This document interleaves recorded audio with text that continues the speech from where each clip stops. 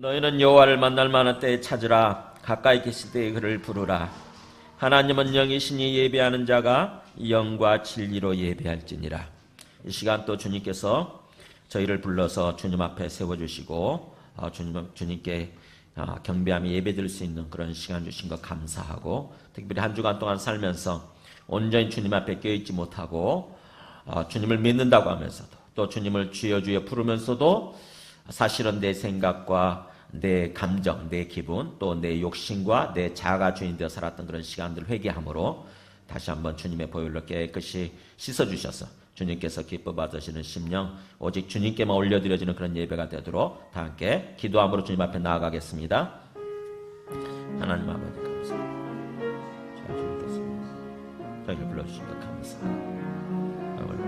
주님께서 성과 충만히 입자서 시간 주게 해주시고, 주님께서 우리 각 사람 심령을 충만히 마시지만 만나주시고 말씀을 해주시고 말씀을 말씀을 달게 어제 인간의 설득력이든 지루하지 않냐고 오직 성령의 나타나신 능력으로 말씀을 전하고 또 말씀을 듣게 들을 수 있도록 말씀을 말씀을 통해서 우리가 살아신 주님 앞에 설 수 있도록, 모두가 살아신 주님 바라보고 설 수 있도록 주님 말씀해 주시옵소서.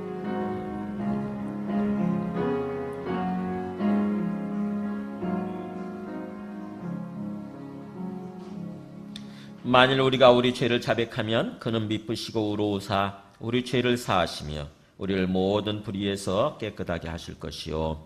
아멘. 주를 찬양하나이다. 가사에 마음을 담아서 주님 앞에 올려드리겠습니다. 아멘. 주를 찬양하나이다.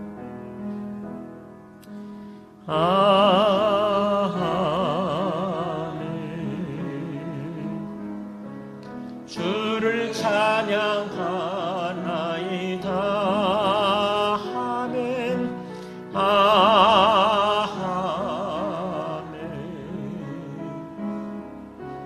주를 찬양하나이다. 성령 회복시켜 주옵소서. 성령님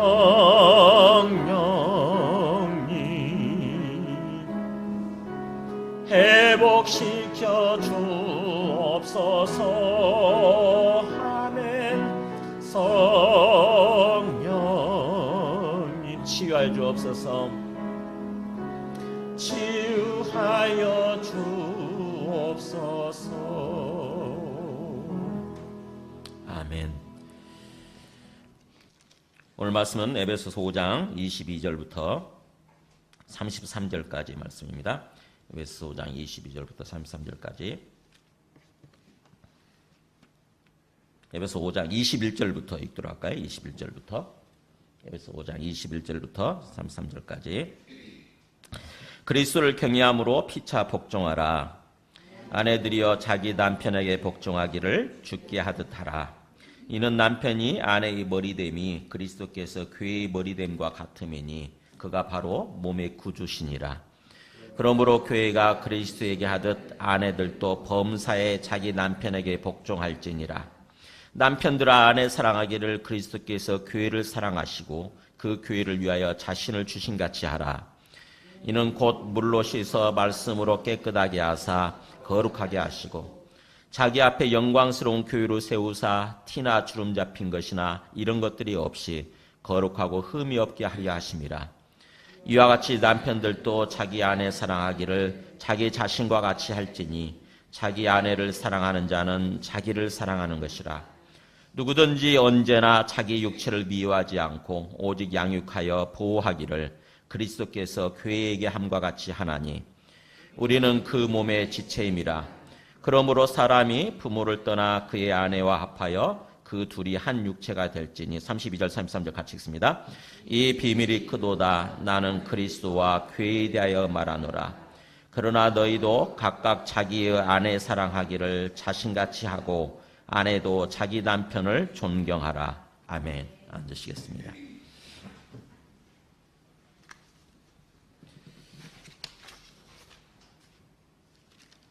네, 오늘은 부부주일입니다. 부부주일. 그래서 부부 남편과 아내의 관계에 대한 그런 말씀을 나눌 텐데, 지금 부부가 아닌 사람들 같은 경우는 나하고 상관없는 말씀 아닌가 이런 생각이 쉬운데 그렇지 않고 그냥 가장 가까운 사람과의 관계에 관한 말씀이다 이렇게 생각하시면 되겠습니다. 가장 가까운 사람과의 관계에 관한 주님께서 주시는 교훈이다 이렇게. 그래서 오늘 말씀을 통해서 내가 정말 하나님께서 기뻐하시는 모습으로 관계를 맺고 살아가고 있는지, 하나님께서 기뻐하시는 모습으로 관계를 맺을 때 비로소 우리 삶이 행복하고 이렇게 형통하게 되는 거죠. 근데 그 부분에 있어서 실패하게 되면은 우리 삶이 이렇게 뭔가 무너지기 시작하는, 망가지기 시작하는 그런 모습으로 나타난다고 하는 것입니다. 우리 지난주 말씀을 먼저 한번 좀 암송을 해볼까요? 지난주 에베소 6장 2절 3절이죠. 한 주 동안 생각하면서 묵상했던 말씀을 한번 내 아버지와 어머니를 공경하라. 내 아버지와 어머니 시작. 내 아버지와 어머니를 공경하라. 이것은 약속이 있는 첫 계명이니 이로써 내가 잘되고 땅에서 장수하리라. 네. 지난주 부모님에 관한 그런 말씀을 나누었는데 천천히 한번 생각하시면서 묵상하시면서 암송하시기 바랍니다. 그래서 그 말씀이 정말 내 인격 속으로 스며들어야 돼요. 내 속으로 스며들어서 말씀과 내가 하나가 돼야 됩니다. 그래서 그 말씀이 완전히 내 인격, 내 삶을 통해서 실현되어지도록 그대로 나타나도록, 그게 진짜 믿는 거예요. 그게 진짜로. 그래서 그런 어떤 소망을 갖고 기도하는 가운데 이 말씀을 암송하고 읊조리고 그래 이 말씀대로 살아가겠다, 이렇게 살아가야지라는 생각을 할 때에 비로소 주님께서 온전히 주님 되셔서 우리 삶을 인도해 주시게 되는 거죠. 다시 한번 우리 부모님들을 생각하면서 내 아버지와 어머니 시작. 내 아버지와 어머니를 공경하라. 이것은 약속이 있는 첫 계명이니 이로써 내가 잘되고 땅에서 장수하리라. 네. 우리가 이 땅에서 사는 동안 하는 일들이 잘되고 또 건강하게 오래 살 수 있는 비결이 여기 있지 않습니까? 그죠? 부모님 공경하면 된다는 거죠. 부모님 공경. 왜냐하면 부모님은 하나님을 대신하는 분이시기 때문에, 하나님을 대신해서 우리에게 이렇게 붙여주신 분이시기 때문에 부모님께 대하는 것을 하나님께서는 자기에게 하시는 걸로 이렇게 생각을 하시는 거예요. 그래서 우리가 부모님을 잘 공경을 할 때 주님께서 우리 삶에 이렇게 축복해 주시게 되는 거죠. 자, 오늘 말씀은 이 부부에 관한, 남편과 아내 관계에 관한 말씀인데, 오늘 말씀을 읽으시면서 어떤 생각이 드세요? 사실은 이 말씀 읽을 때마다 굉장히 좀 부담이 되죠, 그죠? 뭔가 적당히 좀 무시하고 싶은데 분명하게 하나님 말씀으로 새겨져 있고 그러니까. 근데 또 이대로는 살아가지 못하고. 서로 이웃에 살고 있는 두 집이 있었습니다. 한 집은요, 시부모를 모시고 사는 대가족이에요. 또 한 집은 부부끼리만 그냥 이렇게 사는 단촐한 그런 어떤 가정이었다고 합니다. 근데 우리가 상식적으로 생각하게 되면 시부모님 모시고 사는 가정이 뭔가 조금 힘들 것 같고, 부부끼리 살면은 굉장히 화목하고 뭔가 막 그럴 것 같은데, 웃음꽃이 넘칠 것 같은데 정반대였습니다. 시부모를 모시고 사는 가정은 항상 화목하고 웃음꽃이 넘치고, 단둘이 사는 가정은 맨날 서로 싸우는 거예요. 그러니까 이 부부가 단둘이 사는 이 부부가 그냥 이상한 겁니다. 이웃집을 보면서 이상한 거예요. 상식적으로 생각할 때 뭔가 틀린 것입니다. 그래서 왜 우리 둘만 사는데 맨날 싸우는데 저 집은 시부모를 모시고 사는데도 왜 저 집은 저렇게 화목하고 웃음꽃이 넘칠까 고민하다가 어느 날 과일 바구니를 사들고 그 집을 찾아갔습니다. 그래가지고 선생님 좀 말씀 좀 해주세요. 도와주세요. 우리 집은 단둘이 사는데도 맨날 서로 지지고 볶고 싸우는데 왜 선생님 가정은 시부모님을 모시고 사는데도 불구하고 맨날 그렇게 웃음꽃이 피어납니까? 어떻게 그렇게 화목합니까? 비결 좀 가르쳐 주세요. 그랬더니 그 이웃집 주인이 그러더랍니다. 예, 당신네 두 분은 너무 똑똑하기 때문이고 우리 집은 모두 다 바보이기 때문입니다. 그랬더니 그게 무슨 말입니까? 그랬더니 오늘 아침에 있었던 일입니다. 제가 출근하다가 물을 엎질렀습니다. 그때 나는 내 아내에게 여보 미안해요. 내가 부주의해서 물을 엎질렀으니 내 잘못이에요. 이렇게 얘기를 했더니 아내가 하는 말이 아니에요. 저의 생각이 모자라서 물그릇을 그곳에 놓아두었으니 저의 잘못이에요. 그랬더니 옆에 계시던 어머니께서 아니다. 내가 그거 봤는데도 불구하고 그거 그대로 내버려뒀으니 내 잘못이다. 그러니까 우리 집은 서로 자기 잘못을 돌리기 때문에 우리 모두 바보이기 때문에 우리 집은 싸움을 할 수가 없습니다. 그러더랍니다. 그러니까 그러면서 가정이 화목할 수 있는 비결은 내가 똑똑한 것, 나의 똑똑함을 내려놓고 상대방을 위해서 바보가 되면 됩니다. 이런 얘기를 하더랍니다. 여러분 굉장히 의미 있는 얘기죠, 그죠? 우리가 왜 싸우냐면 똑똑해서 그래요. 똑똑해서. 성경적으로 얘기하면 내가 주인 돼서 그렇습니다. 내가 주인 돼서. 그러니까 주님을 향해서 주님이 주인이시라고 주님 부르면서도 사실은 어떤 상황이 벌어지게 되면 뭐예요? 여지없이 내가 주인 되려고 하는 거예요. 내가 이렇게 높아지고 뭔가 내가 대접받으려고 그러고. 그러니까 서로가 그렇게 되니까 그게 싸우게 돼 있는 거죠. 자, 오늘 말씀을 나누기 전에 한번 천천히 생각해 보세요. 지금 오늘 말씀 보면은 배경이 어떤 말씀이냐면은 사실은 우리가 읽지 않았지만 에베소서 5장 15절부터 21절까지 배경이 돼요. 이게 전제가 15절에 보면은 5장 15절에 보세요. 너희가 어떻게 행할지를 자세히 주의하여 지혜 없는 자같이 하지 말고 지혜 있는 자같이 하여 세월을 아끼라. 때가 악하니라. 그러니까 뭐냐면은 참 우리 인생 세월 시간을 아끼라고 그러면서 우리를 둘러싸고 있는 우리가 살아가고 있는 이 시간적인 환경이 굉장히 악하다고 하는 것입니다. 악하다고 하는 것은 사탄이 계속해서 우리를 속이고 우리를 잘못된 삶으로 인도할 수 있는 그런 환경이라고 하는 거죠. 그러니까 끊임없이 우리를 둘러싸고 있는 환경, 우리가 살아가고 있는 이 환경이라고 하는 것은 하나님의 뜻대로 살아갈 수 있는 환경이 아니에요. 계속해서 뭔가 하나님을 믿지 않는, 하나님을 인정하지 않는 사람들을 둘러싸고 있고 그들이 만들어 놓은 문화가 지배하고 있잖아요. 그죠? 그들 문화 속에서 우리가 살아가요. 그러다 보니까 어느 순간에 우리가 하나님을 안 믿게 되면, 하나님을 잊어버리게 되면은 그 문화 속에 푹 빠져가지고 하나님의 뜻을 모르는 채 하나님의 뜻을 어긴 모습으로 살아가는 거예요. 그러니까 뭐예요? 자세히 주의하여 그 다음에 하나님의 뜻을 파악하라는 거죠. 하나님의 뜻을 파악해서 지혜 있는 자. 지혜라고 하는 하나님의 뜻이거든요. 지혜는. 성경에서 말씀하는 지혜라고 하는 것은 하나님의 뜻이에요. 그러니까 하나님의 뜻을 잘 알아서 살아가라. 그렇지 않으면 우리 인생 완전히 낭비하기 쉽다고 하는 거죠. 한 번뿐인 인생, 정말 짧은 인생 아닙니까? 그죠? 8, 90년, 길어봤자 8, 90년, 100년, 요즘 100년까지는 살죠. 하지만 나중에 우리가 영원히 살아갈 인생에 비하면 진짜 아무것도 아니거든요. 그래서 정말 짧은 인생인데 자칫하게 되면은 우리 인생을 낭비하기 쉽다고 하는 거죠. 또한 그러면서 뭐라고 그러냐면 7절에 그러므로 어리석은 자가 되지 말고 오직 주의 뜻이 무엇인가 이해하라 그러면서 또한 술 취하지 말라 이는 방탕한 것이니 오직 성령으로 충만함을 받으라. 그러니까 방탕한 삶을 살지 말고 성령 충만한 삶을 살아라 이렇게 얘기를 하는 거예요. 성령으로 충만한 삶. 그러니까 하나님의 영이죠. 하나님의 영으로 항상 충만한 삶을 살아라 이렇게 얘기를 하는 거죠.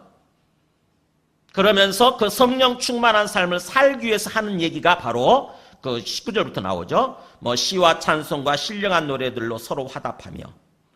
그러니까 영적인 찬송을 하라고 하는 거죠. 그 다음에 너희의 마음으로 주께 노래하며 찬송하며. 찬송할 때 그냥 입술로만 부르지 말고 마음으로 가사를 생각하면서 마음으로 찬송하라고 하는 거죠. 그러면서 범사에 모든 일에 또 우리 주 예수 그리스도 이름으로 항상 아버지 하나님께 감사하며. 그러니까 모든 일에 있어서 항상 주 예수 그리스도를 믿음으로써 그 주 예수 그리스도 이름으로 항상 아버지를 바라보고 아버지를 찬송하고 아버지께 감사하고. 그런 가운데 21절에 뭐라고 돼 있어요? 우리가 이것부터 읽었죠? 그리스도를 경외함으로 피차 복종하라. 그러니까 뭐예요? 그리스도이신 예수님을 경외하는 가운데서 서로에게 복종하라. 서로에게. 어느 한쪽만 복종하는 것이 아니라 서로에게 복종하라. 서로가 서로에게 복종하라. 그러면서 하시는 말씀이 이제 바로 오늘 우리 본문 시작되는 거예요. 그래서 앞으로 서로에게 복종해야만 되는 그런 관계가 남편과 아내의 관계, 그 다음에 부모와 자식의 관계, 그 다음에 사회생활하면서 그 상관과 아랫사람의 관계, 이런 모든 관계라고 하는 거죠. 그러니까 우리가 생각할 때는 어느 한쪽만 복종해야 될 것 같은데 그렇지 않다고 하는 거예요. 서로가 서로에게 복종해야 되는데 서로에게 복종할 수 있는 방법은 뭐냐면은 그리스도를 경외하는 가운데서 하라 그렇게 얘기를 하는 그리스도를. 그러면서 이제 오늘 말씀 첫 번째 관계로 남편과 아내 관계를 말하는 것입니다. 남편과 아내 관계. 자, 요약을 하면은 아내에 대한 권면은 어떻게 됩니까? 22절부터 24절까지 보면 아내에 대해서 권면하는 말씀의 핵심은 뭐예요? 어떻게 하라고 그럽니까? 22절에 예, 남편에게 복종해야 된대. 복종. 근데 어떻게 하듯이요? 죽게 하듯 하라. 이렇게 죽게 하듯. 우리 여성분들 어떠세요? 굉장히 부담되죠. 그렇죠? 굉장히 부담되지 않습니까? 막 마음속에 상처가 생길 수도, 마음에 여러 가지 불만이 생길 수도 있어요. 어떻게 남편에게 남편다워야 복종을 하지. 근데 그것도 그냥 복종하라가 아니라 죽게 하듯 하라고 그러니까 이게 엄청나게 힘든 어떤 얘기를 하는 거죠. 그럼에도 불구하고 분명히 주님께서는 그렇게 말씀하시는 거죠. 왜냐하면 남편은 아내의 머리가 되는데 그리스도께서 교회의 머리됨과 같다. 이렇게 얘기를 합니다. 자, 이게 무슨 말이에요? 도대체 왜 갑자기 남편과 아내의 관계를 얘기하면서 그리스도와 교회를 또 얘기를 할까요? 거기 한번 보세요. 거기 그 32절 보세요. 32절 보면은 남편과 아내 부부 관계를 얘기하면서 뭐라고 그러냐면은 이 비밀이 크도다. 그러니까 남편과 아내 속에 담겨 있는 남편과 아내 부부 관계 속에 담겨 있는 하나님의 비밀이 크다라고 하는 것입니다.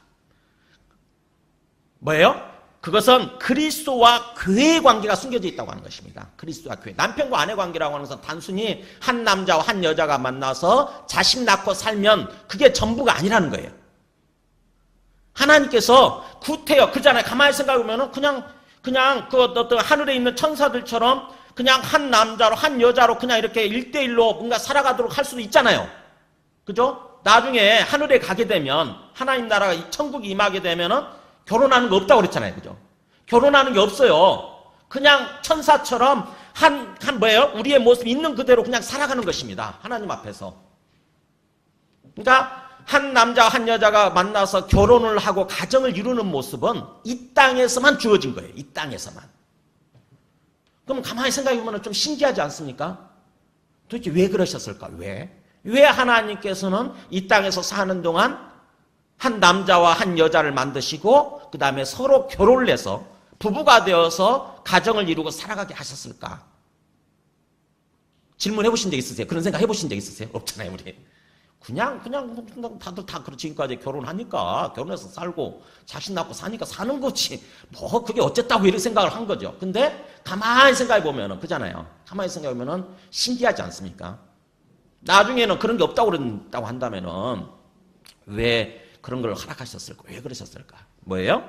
네, 바로 그렇게 한 남자와 한 여자가 만나서 결혼하는 과정을 통해 결혼해서 서로 사랑하는 과정을 통해서 뭐예요? 그리스도와 교회의 관계에 대해서 알아가도록.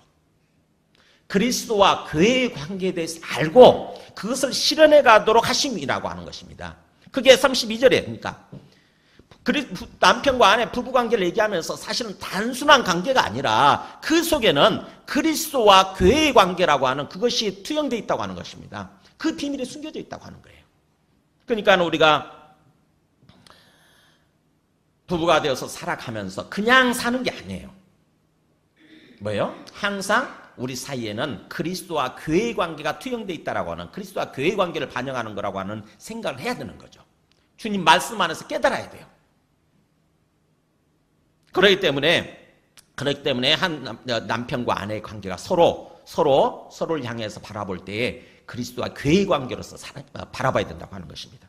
그래서 바로 뭐예요? 남편이 아내의 머리 되는데 그것은 곧 그리스도께서 교회의 머리 된 것 같다. 이렇게 얘기를 하는 거죠. 우리가 아무 생각 없이 그냥 이렇게 살아가기 쉬운데 한번 고린도전서 11장 3절 한번 보여줘 보세요. 다시 한번. 고린도전서 10장 3절에 보면은 이렇게 나와요.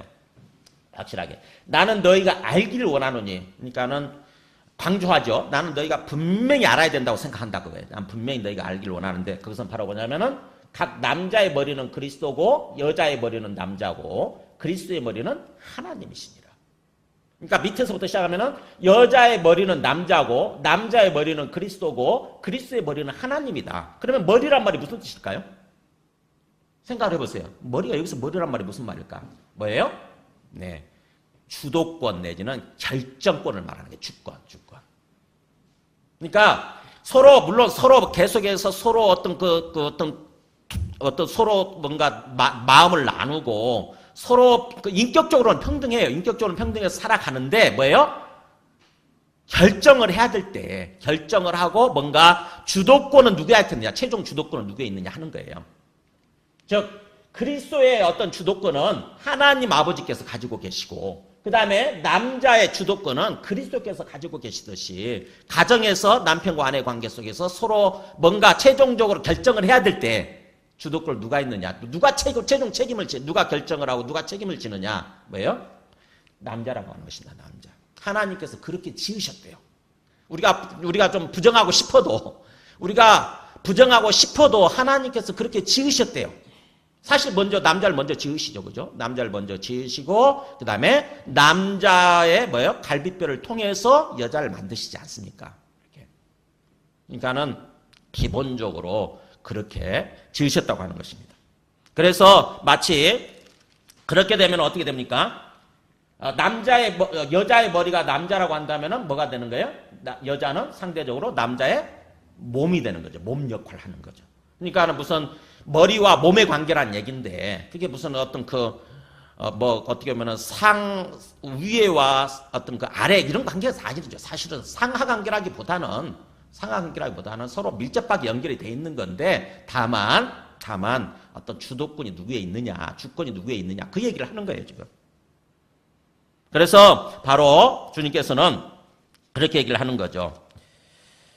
남편이 아내의 머리 되고 아내는 남편의 어떤 몸이 되는 것이 마치 그리스도께서 교회의 머리가 되시고 교회는 그리스도의 몸이 되는 것 같다. 이렇게 얘기를 하는 거죠. 그렇기 때문에 24절에 그랬죠. 마치 교회가 그리스도께 복종하듯이. 그죠? 우리 교회가 그리스도께 복종하잖아요. 그죠? 교회가 그리스도께 복종하듯이 그렇게 아내들도 범사에 자기 남편에게 복종할지라 이렇게 말씀을 하는 거죠. 자, 여기까지 말씀을 들으면 우리 여성분들은 조금 불만이 생길 수 있어요. 근데 한번 보세요. 25절에 보면 이제 그 다음에 남편한테 이제 어떻게 권면하시는지 보시기 바랍니다. 25절부터 어디까지냐면은 30절까지예요. 30절까지. 그러니까 훨씬 길죠. 남편한테 권면한 게 훨씬 내용이 많습니다. 훨씬 길고요. 그 다음에 그 내용도 한번 보세요. 남편들아, 25절에 뭐라고 되어 있습니까? 남편들아, 아내 사랑하기를 그리스도께서 교회를 사랑하시고 그 교회를 위해서 어떻게 해요? 자신을 주시는 것 같이 하라. 그리스도께서 교회를 위해서 어떻게 하셨습니까? 네, 자기 생명을 바쳤어요. 자기 생명을 바쳐서 교회를 세우셨어요. 그러니까 우리 에베소서 말씀이 시작하는 1장 7절에 나오죠. 에베소서 1장 7절에 이렇게 나와요. 1장 7절에 보면은 우리는 그리스도 안에서 그의 은혜의 풍성함을 따라 그의 피로 말미암아 그리스도의 피로 말미암아 속량 고쳐의 삶을 받았느니라. 이 우리라고 하는 것은 교회예요, 교회. 그러니까 교회라고 하는 것은 뭐예요? 예수 그리스도의 피로 말미암아 예수 그리스도의 생명을 통해서 우리가 구원받고 세워진 거예요. 그렇다고 그러니까 그것에 빗대 가지고 남편들에게 권면하는 거죠. 남편들아, 아내를 사랑해야 되는데 어느 정도까지 사랑하느냐? 아내를 위해서 네 생명을 줄 정도로 그렇게 사랑하라고 하는 거예요. 그게 기준이에요. 그게 기준. 아까 아내를 향해서는 죽게 하듯이 복종하라 그렇게 얘기했다고 한다면 이제 남편을 향해서는 아내들에게 뭐예요? 네 생명을 바쳐서 네 생명, 너 자신을 바쳐서 그렇게 사랑해라 이렇게 얘기하는 거죠. 그럼 어느 정도 누가 더 강해요? 상관없어요. 똑같아요. 다 똑같아요. 그러니까는 그러면서 26절에 그랬죠. 이는 곧 물로 씻어 말씀으로 깨끗하게 하사 거룩하게 하시고. 그러니까 그리스도께서 우리 교회를 어떻게 사랑하셨는지 얘기를 하는 것입니다. 27절에 자기 앞에 영광스러운 교회를 세우사 티나 주름 잡힌 것이나 이런 것들이 없이 거룩과 흠이 없게 하려 하십니다. 그리스도께서 교회를 위해서 어떤 목표를 가지셨냐면 뭐예요? 장차 교회를 자기 앞에 영광스러운 모습으로 세우고자 하는 그런 목표를 가지시고 흠없는 모습, 티도 없고 흠없는 모습, 주름 잡힌 것이 없는 거룩하고 흠이 없는 모습으로 세우고자 하는 그런 목표를 가지시고 그것을 위해서 자기 생명을 들이시고 그렇게 세우셨다고 하는 것입니다. 그렇듯이 28절에 그랬잖아요. 그렇듯이 남편들도 이와 같이 자기 아내 사랑하기를 그렇게 자기 자신과 같이 자기 몸을 사랑하듯이 자기 생명을 사랑하듯이 그렇게 하라라고 이렇게 권면하는 것입니다. 그렇기 때문에 이렇게 뭔가 아내가 남편에게 하는 것과 남편이 아내에게 하는 게 사실은 차이가 없어요. 사실은 표현이 좀 다를 뿐이지 표현이 다를 뿐이지 차이가 없어요. 그래서 아까 그랬죠. 21절에서 뭐예요? 그리스도를 경외함으로 이렇게 서로가 가는 거예요. 서로가 각자가 내가 그리스도를 경외함으로 뭐예요? 남편에게 복종하고 또 내가 그리스도를 경외함으로 아내를 내 생명처럼 사랑하고 이렇게 하는 것입니다. 그러니까 참 순종하기 힘든 말씀이긴 한데 어떻게 하면 이걸 순종할 수 있느냐? 그 말씀 속에 담겨 있는 거예요. 그 비결 속에 그 말씀 비결이 뭐예요? 그리스도를 경외할 때 가능하다고 하는 것입니다. 우리 자신의 어떤 의지, 우리 자신의 결단만 가지고 이게 안 됩니다. 이게 알잖아요. 우리가 나는 처음 뭔가 이렇게 말씀을 들을 때는 그래 내가 내 배우자한테 그렇게 복종하고 내 배우자를 그렇게 사랑해봐야지 하는데 쉽지가 않습니다. 딱 막상 상황이 벌어지게 되면은 굉장히 쉽지 않아요. 그래서 어떻게 해야 되느냐? 항상 그 21절 말씀을 생각하는 거예요. 그리스도를 경외함으로. 우리 힘으로는 안 되니까 내 앞에 계시는 주 예수 그리스도 그분을 바라보고 그분을 경외할 때 비로소 가능해진다고 하는 것입니다. 우리 자신의 의지, 우리 자신의 능력으로는 안 돼요. 그래서 그 비밀이 그 속에 담겨 있는 거예요. 여러분, 그리스도를 경외한다고 하는 게 어떤 거냐? 그리스도를 경외한다고 하는 것은 히브리서 12장 2절에 나와 있는 것처럼 이 땅에 오셨다 가셔서 지금도 우리 앞에 살아계시는 주님을 바라보는 거예요. 같이 한번 읽을까요? 시작. 믿음의 주요 또 온전하게 하시는 이인 예수를 바라보자. 네. 그러니까 그리스도를 경외한다고 하는 것은 바로 뭐냐? 이 땅에 오셨다 가셔서 지금도 살아계시는 부활하셔서 지금도 살아계시는 나의 주님이신 그분을 뭐예요? 항상 바라보는 거예요. 우리 힘으로는 안 되니까. 주님을 바라봄으로써 주님께서 주시는 은혜를 통해서 비로소 상대방을 향해서 그렇게 복종할 수 있고 상대방을 사랑할 수 있는 것입니다. 주님을 바라보는 것. 그리스도를 경외한다고 하는 것은 그거예요. 항상 주님을 바라보는 것. 주님을 바라본다고 하는 것은 어떤 거냐? 뭘 생각하면서 바라보는 거냐? 그러니까 그분은 믿음의 주가 되시는 거고 우리를 온전하게 하시는 분이라고 하는 거죠. 우리가 주님을 바라보게 될 때 그분은 주님이 되셔서 우리의 마음을, 우리의 삶을 온전하게 만들어주시는 분이세요. 그래서 그분을 바라본다고 하는 것은 로마서 10장 9절에 보세요. 같이 한번 읽겠습니다. 시작. 내가 만일 내 입으로 예수를 주로 신하며 또 하나님께서 그를 죽은 자 가운데서 살리신 것을 내 마음에 믿으며 구원을 받으리라. 그러니까 그를 죽은 자 가운데 살리신 것, 예수님의 십자가 죽으심과 부활이죠. 예수님의 부활이에요. 예수님께서 부활하신 것을 마음에 믿고 마음에 품는 거예요. 마음에 품고. 그 다음에 뭐예요? 그분을 바라보면서 입으로 뭡니까? 입으로 예수님, 그 예수님을 향해서 주님이라고 표현하는 거죠. 주님으로. 이게 온전한 어떤 그 구원받을 수 있는 그 어떤 그 믿음의 모습이에요. 우리 안에 온전한 구원을 이루어질 수 있는 방법은 이거예요. 항상 마음속에 뭘 생각하는 거예요? 항상 우리 기독교의 출발이잖아요. 기독교의 출발, 예수님의 부활이에요. 예수님의 부활 사건을 마음에 품고 예수님 부활하셨으면 이분이 지금도 살아계시는구나. 어디 살아계세요? 우리 앞에 지금 내 앞에 내 위에 이렇게 고개를 들면은 우리 앞에 살아계신다고요.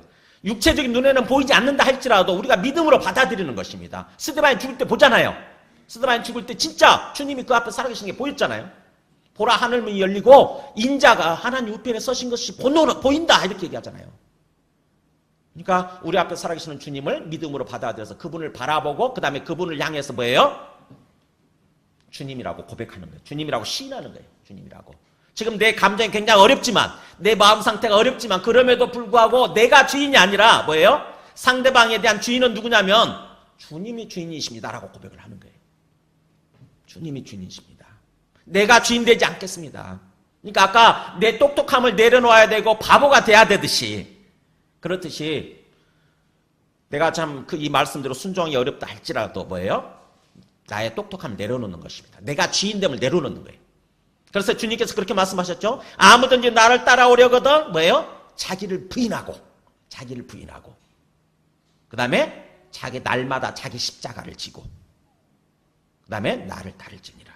그러니까 예수님을 믿는다고 하는 거, 예수님을 따라간다고 하는 것은 뭐냐면은 항상 내 속에 있는 내 생각, 내 감정, 내 기분, 내 고집 이거를 내려놓는 거예요. 내려놓는 거.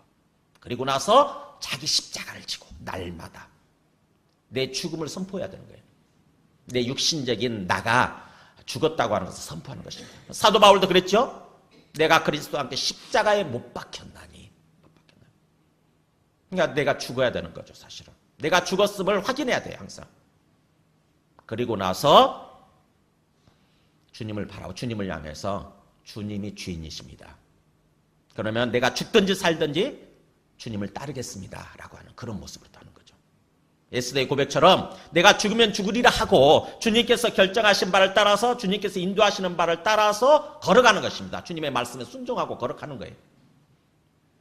이게 이루어질 때 비로소 주님께서 온전히 우리 가정의 주님 되시고 온전히 우리 부부관계의 주님 되셔서 우리 삶을 인도해 가시게 되는 거죠. 온전한 구원이 일어난다고 하는 것입니다. 자, 관계의 삼각형을 한번 보여줘 보실까요? 여기에 하나님이 계시고요. 우리 위에 계시고, 그 다음에 여기 우리가 있어요. 내가 있어요. 그리고 상대방, 내 앞에 지금 상대방이 있는 거죠. 배우자가 있어요. 우리 위에 하나님이 계십니다. 부활하신 주님이 앞에 계시는 거예요. 위에 계시는 거예요. 만약에 주님을 안 믿는다고 한다면 뭐예요? 앞에만 보이는 거죠. 앞에. 내 배우자만 보이는 거예요. 그래가지고 배우자의 반응에 따라서 내가 왔다 갔다 하게 됩니다. 상대방이 잘하면 나도 잘하고, 상대방이 내 마음을 상하게 만들고 힘들게 하면 뭐예요? 나는 그렇게 또 안 하고 나도 그렇게 안 하고. 그러니까 상대방에 따라서 왔다 갔다 하게 되는 거예요. 주님이 안 믿어지면, 주님을 안 믿게 되면 주님을 믿게. 근데 뭐예요? 우리는 우리 위에 계시는 주님을 믿는 거죠. 주님을. 그리고 그 주님이 주인이에요. 주님이 주님이에요. 나의 주님이기도 하지만 상대방의 주님도 되는 것입니다. 상대방의 주님도. 그럼 뭐예요? 주님을 바라볼 때에 내가 주인이 아니구나. 주님이 살아계시고 나의 주님이시구나. 나의 주님이시면서 동시에 배우자의 주님이시, 상대방의 주님이시기도 하구나. 그러면서 뭐예요? 나를 내려놓는 것입니다. 내 입으로 당신이 주님이십니다. 주님이 주님이십니다. 주님이 주관해 주세요라고 입으로 고백하는, 시인하는 거예요. 그래서 뭐예요? 상대방을 바라볼 때 직접적으로 다이렉트로 바라보는 것이 아니라 뭐예요? 먼저 주님을 바라보고, 먼저 위로 고개를 들어서 주님을 바라보고, 주님을 통해서 또 주님의 관점에서 상대방을 바라보는 거예요. 상대방을. 그러면 한 템포 늦춰지겠죠, 그죠? 한 템포 늦춰진다고요. 상대방이 아무리 지금 내 마음을 굉장히 힘들게 만들고 상처를 주고 경랑시켜 뭔가 경록히 했다 할지라도 먼저 주님을 바라보게 되면은 늦춰지게 되는 거죠. 더군다나 주님 앞에서 기도하게 되고 주님이 내 마음속에 주님 되시기 시작하면은 완전히 늦춰집니다. 완전히. 그냥 주님 앞에 기도하는 거죠. 그렇게 되면은 주님께서 상대방의 마음속에 역사해가지고 주님께서 인도해 가시기 시작하는 거예요. 이게 복음이고 이게 믿음이에요. 이게 믿음. 그러니까 뭐예요? 복음이라고 하는 것 결국에는 우리가 주님의 어떤 그 기대대로, 주님의 어떤 그 말씀대로 우리 어떤 남편과 아내 관계나 또 우리 어떤 그 가정이나 이런 것들이 이루어질 수 있으려면 결국에는 믿음의 문제예요. 결국에는 믿음의 문제. 얼마나 내한테 진짜로 이 부활하신 주님, 이 부활하신 살아계시는 주님, 그리고 그 우편에 계시는 또 하나님 아버지에 대해서 얼마나 실제로 믿느냐 하는 거예요. 이게 실제로 믿느냐. 내 앞에 계시는 주님에 대해서 얼마나 진짜로 내가 믿느냐. 진짜로. 머리로만 아는 것이 아니라, 지식적으로만 아는 것이 아니라 얼마나 진짜로 믿느냐 하는 거예요. 진짜로 믿게 되면 그 주님을 바라보려고 하게 돼 있고 주님을 바라보면서 대화하게 됩니다. 대화하게 돼 있어요. 내가 지금 주님, 내가 지금 굉장히 마음이 이런 상황인데 힘든데 주님 어떻게 하면 좋겠습니까? 주님께서 주관해 주세요. 주님께서 인도해 주세요. 이렇게 주님과 대화를 하게 돼 있어요. 그 대화가 기도잖아요. 기도. 그러면은 성령께서 그렇게 주님께서 성령을 통해서 내 마음 가운데도 은혜를 주시고 또 상대방의 마음 가운데도 역사해 주시게 되는 거죠. 근데 머리로만 알고 지식적으로만 알고 이 주님에 대해서 지식적으로만 알고 내가 진짜로 믿지 않으면 이게 생각이 안 나요. 이 생각이 안 돼요. 이 주님에 대해 생각이 안 되고 주님을 안 바라보게 되는 거죠. 그건 계속 이 상대방만 보는 거예요. 상대방. 배우자만 보고 상대방의 태도, 상대방의 반응에 따라서 그냥 내가 왔다 갔다 하게 되는 거야. 왔다 갔다. 많은 사람들이 그렇게 살아요. 많은 사람들이. 그러니까는 오늘 말씀을 들으면서도 그런 생기는 거죠. 남편에게 죽게 하도 복종하라고 그러니까 남편 다와야 하지요. 이런 생각이 들고. 그 다음에 아내를 네 생명처럼 네 생명을 바쳐 살아가라고 그러니까 아내가 그렇게 할 만해야 또 내가 그렇게 사랑하죠. 이런 생각을 하게 되는 거죠. 주님이 주님 되심에 대해서 안 믿는 거예요. 여전히 내 속에 내 생각이 높아져 있고 내가 교만해가지고 어느 부분까지는 내가 순종하려고 하지만 어느 부분 이상은 그냥 주님 간섭하지 마세요. 이렇게 되는 거죠. 주님 간섭하지 마세요. 그냥 내버려 두세요. 이대로 살다 가게. 이런 식으로 하게 되는 거죠.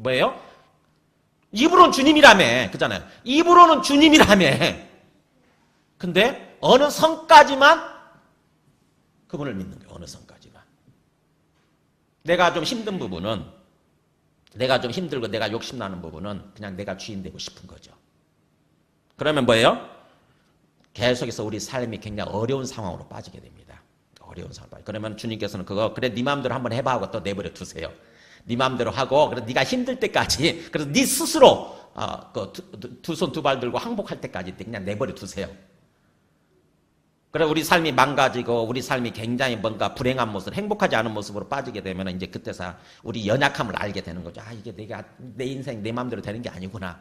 정말 아무것도 아니구나. 이게 내 뜻대로 내 마음대로 될 줄 알았는데 이게 안 되는 거야. 내가 아무것도 아니라고 하는 것을 알게 되죠. 나중에 그때서 비로소 항복해요. 주님 도와주세요. 이렇게. 주님께서는 그때까지 이렇게 또 기다리시는 것입니다.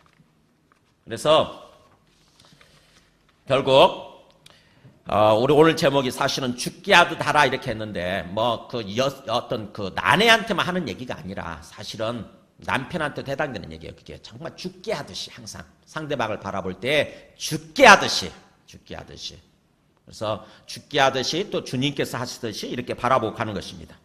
자, 오늘 말씀을 마무리하기 전에 한번 간증 동영상을 잠깐 한번 보도록 하겠습니다.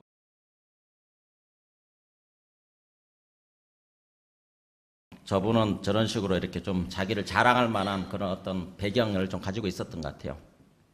또 사업을 해서 돈도 많고 좀 그랬던 것 같은데 그래도 주님을 믿고 나니까 삶이 제자로 이렇게 돌아오게 되는 거죠. 오늘 말씀을 통해서 언뜻 생각하게 되면은 마치 어떤 상대방이 먼저 변해야 내가 이렇게 할 수 있는 것처럼 그렇게 생각하기 쉬운데 오늘 말씀 한번 생각해 보세요. 오늘 말씀 생각해 보면은 만약 상대방이 변해야 비로소 내가 할 수 있다고 생각하게 되면은 계속해서 우리는 상대방한테 뭔가 우리의 어떤 상대방의 반응에 따라서 우리가 흔들리는 삶을 살아가게 됩니다. 상대방의 반응에 상관이 없이 나는 주님 앞에 서 있으면 되는 거예요. 그러니까 상대방이 어떻게 되든 간에 내가 주님 앞에 먼저 서게 되면은 거기서부터 실타래가 풀리듯이 풀리는 것입니다. 상대방이 변할 때까지 기다리게 되면은요, 우리 인생 끝나요. 언제 변할지 몰라요, 상대방이. 그리고 사탄은 그렇게 내버려 두지 않아요. 상대방이 먼저 변화하는 거 보고, 드디어 내가 이제 변해야 되겠구나. 이렇게 하지 않아요. 내가 먼저 변하게 되면, 하나님의 키는 그거예요. 하나님께서 우리에게 주시는 키는, 열쇠는 뭐냐? 핵심은. 내가 먼저 변하면 돼, 내가. 그러니까, 내가 먼저 주님 앞에, 정말 주님을 온전히 주님으로 인정을 하고, 주님을 바라보면서 변하게 되면, 거기서부터 자연스럽게 상대방의 변화도 시작이 되는 거예요. 그러니까 상대방의 반응 생각하지 말고 그냥 우리는 오직 주님만 바라보고 가는 것입니다. 주님만 바라보고 가는 거예요. 거기에 문제의 키가 있어요. 우리는 그 바라잖아요. 그죠? 우리 배우자가 변화되어지고 주님 앞에 서게 되고, 또 우리 자녀들이 변화되어지고 또 주님 앞에 서게 되고, 뭐 그런 모든 기대가 있지 않습니까? 근데 그것의 어떤 그 키는 뭐냐? 해결의 문제 시작은 뭐예요? 내가 먼저 변화되면 돼요. 나만 그냥 일방적으로 변하면 되는 것입니다. 상대방한테 그렇게 왔다 갔다 하는 게 아니라, 상대방의 반응이 왔다 갔다 할 게 아니라, 그냥 상대방이 어떻든 간에 주님 앞에 내가 서면 되는 거예요. 온전히 주님을 주님으로 믿고 주님 앞에 서게 되면은 자연스럽게 언젠가는 상대방이 변하게 돼 있다고 하는 것입니다. 주님께서 그렇게 인도하신다고 하는 거예요. 우리가 아무도 온전한 사람은 없습니다. 이 말씀에서 저는 이 말씀 준비하면 저도 사실은 부담이 되죠. 굉장히. 하지만 이게 이제 목표라고 생각하시면 돼요. 주님께서 우리에게 주시는 분명한 주님을 믿는 믿음 안에서의 우리 삶의 목표. 그래서 이 말씀을 항상 마음속에 품고 온전히 이 말씀대로 이루어지도록 기도하면서 가는 것입니다. 기도하면서 정말 오직 주님만 바라보고 그렇게 되면 언젠가는 우리 가정이 또 우리의 모든 어떤 그 관계가 주님께서 원하시는 그런 모습으로 주님께서 주님 되시는 모습으로 서게 된다고 하는 것입니다. 우리 함께 찬송하고 기도하겠습니다. 찬송가 604장입니다.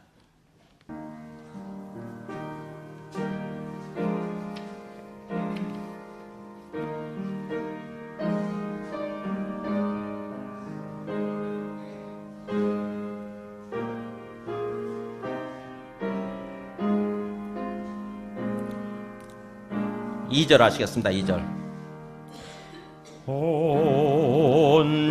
온전한 생활 하게 하옵소서. 믿음과 소망 사랑 가지고 아픔과 죽음 겁을 내지 않고 주님만 의지하게 하소서. 아멘. 오늘 말씀 생각하면서 기도하시겠습니다. 우리 가장 가까운 부부관계, 남편과 아내의 관계뿐만 아니라 또 우리 부모와 또 자식의 관계, 또 우리 가장 가까운 사람들과의 관계에 있어서 오늘 말씀대로 세워지고 이루어지게 하여 주옵소서. 그것을 위해서 진정으로 부활하셔서 살아계시는 주님을 바라보고 주님을 믿고 그 앞에서 나를 내려놓고 온전히 주님이 주님 되신다고 고백하면서 그렇게 걸어가게 하여 주시옵소서. 그래서 우리의 가정이 또 우리의 삶이 정말로 주님께서 기뻐하시는 또 주님께서 은혜 주시고 형통하게 인도해 주시는 그런 가정으로 또 그런 관계로 세워지게 하여 주시옵소서. 함께 기도하시겠습니다. 하나님 아버지 감사합니다. 오늘 말씀을 통해서 우리가 주님을 진정으로 믿고 부활을 통해서 우리 앞에 살아계시는 주님, 진정으로 우리의 주님이 되신 것을 온전히 믿고 그 앞에 나가서 주님 바라보고 내 모든 생각과 내 욕심, 내 모든 자아를 내려놓고 내 고집을 내려놓고 진정으로 주님을 주님으로 믿고 그 앞에서 걸어갈 수 있도록 나를 온전히 내려놓고 상대방을 주님께 맡기고 또 나를 주님께 맡기고 오직 우리는 주님 앞에서 주님께서 오늘 하나님 아버지 기대하시는 그런 모습을 따라서 걸어가는 그런 식으로 그런 섬기면서 걸어가는 하나님 아버지 그런 삶이 되게 하여 주시옵소서. 그래서 우리 삶이 우리의 가정이 온전히 주님께서 기뻐하시고 원하시는 참으로 주님께서 주관하시고 주님께서 인도하시는 하나님 아버지 온전한 구원이 이루어지는 그런 가정으로 그런 모습으로 설 수 있도록 견인하여 주시옵소서. 1절부터 다시 하시면서 봉헌하는 시간 갖겠습니다. 완전한 사랑 하나님의 사랑 한이 없는 사랑의 겨우 둘 한 몸 내어 고라니께 살라 손 모아 주님 앞에 빕니다. 3절 하시겠습니다. 슬픔을 이길 기쁨 주시옵고 다툼을 없앨 평화 내리사 사랑의 아침 환히 통터오는 행복한 나날 되게 하소서.